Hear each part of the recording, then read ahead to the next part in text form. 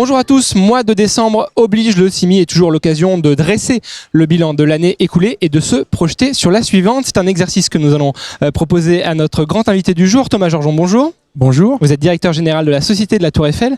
Alors il y a un an, justement, la Société de la Tour Eiffel absorbait Affine.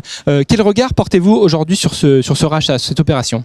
Alors un an après, ce qu'on peut dire, c'est que la fusion est réussie, elle est opérée.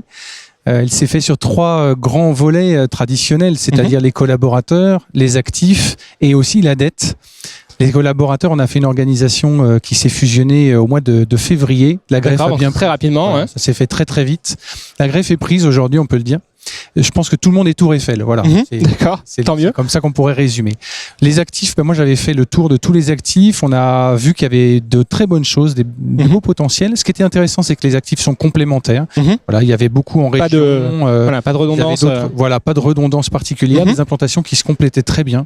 Et enfin la dette. Et enfin la dette, où on a fait un gros travail, puisque là on a récupéré une dette assez importante de la part d'Affine. Donc ça a été le sujet du refinancement qu'on a annoncé il y a à peu près un mois aujourd'hui, qui a fait l'objet de 350 millions d'euros qu'on a refinancé à des très bonnes conditions, ce qui veut dire que la Société de la Tour Eiffel est une bonne signature pour les banquiers. Parce que c'est vrai, sans trahir de grands secrets, qu'à l'époque, cette absorption, il y avait eu quelques critiques, ou du moins certains avaient regardé ça en plissant un petit peu les yeux. Alors qu'est-ce que vous répondez peut-être aujourd'hui à C'était peut-être aussi un manque de communication de notre part. On peut faire amende honorable. Aujourd'hui, ce qui est sûr, c'est que avec le plan de cession qu'on va faire, dont je vais parler un peu après, on a clairement une société maintenant de la Tour Eiffel qui est lisible, qui est beaucoup plus claire dans son approche, et la fusion a été une bonne chose puisqu'elle a apporté à la fois des équipes de talent et des actifs de vraiment bonne qualité. Alors la transition est toute faite, parlons de 2020. Peut-être quelques mots sur votre feuille de route et puis plus largement sur vos convictions, sur les marchés ou les produits que vous regardez particulièrement. Alors, justement, la fusion, d'abord, elle a permis d'atteindre les objectifs. On est aujourd'hui la 5e foncière cotée de bureaux en France, avec 1,8 milliard de patrimoine. On a dépassé les objectifs qui avaient été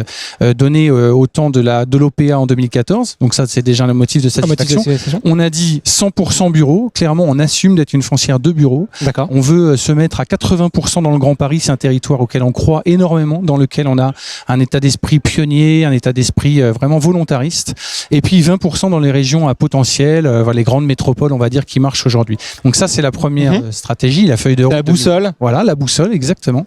Et puis après, il y a cet aspect de foncière intégrée qui est très importante pour nous. Voilà, on fait tout nous-mêmes. D'accord. Et on est à disposition de nos clients locataires et aussi de leurs collaborateurs.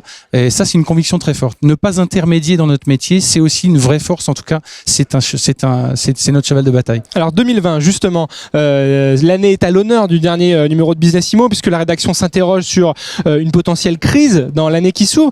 Tiens, quel est votre point de vue à vous ? Est-ce que cette crise est attendue ou non ? Et puis comment cela peut un peu influer le climat des affaires ? Il n'y a pas vraiment les sous-jacents d'une crise immédiate. On a un marché locatif qui marche bien, qui se comporte bien. On a même un peu de potentiel de réversion à certains endroits. Donc clairement, sur le côté locatif, donc c'est à court terme, non. Voilà. Sur l'aspect investissement, ça marche très fort.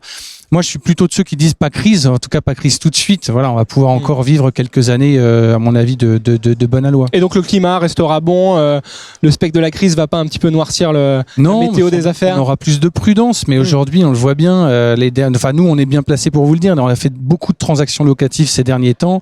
On a très bien reloué nos actifs. De ce point de vue-là, on est plutôt très... Pas de grosse inquiétude. Ouais. Allez, un dernier mot sur les projets peut-être à venir en Ile-de-France et puis aussi en région. Allez, quelques projets emblématiques qui s'annoncent ou sur lesquels vous avez envie d'insister. Je peux pas parler de tout, mais oui, on prépare un nouveau plan de développement. Voilà, on finit un gros plan de développement qui faisait 170 millions d'euros, quand même 10% de la taille de la foncière. C'était à peu près moitié-moitié entre les ex-Affine et les ex-Tour Eiffel.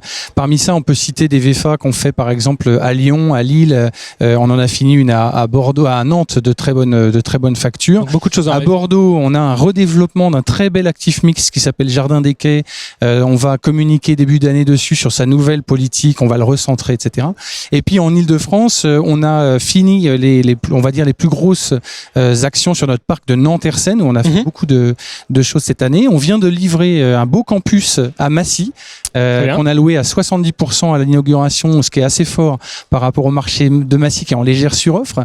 Et puis sur le plateau de Saclay, qui est une implantation où on est tout seul, la société de la Tour Eiffel, on a lancé au mois de janvier 13 000 m² de bureaux qui sont entièrement loués à la première pierre. Donc ça, c'est aussi un très beau succès pour nous. Parfait. Voilà. C'est des projets, et comme d'autres, on suivra en 2020 dans nos colonnes, j'en suis sûr. Merci Thomas Georgeon d'être passé sur ce plateau ici au CIMI. Merci à vous de nous avoir suivis. À très bientôt pour de prochaines émissions. Au revoir.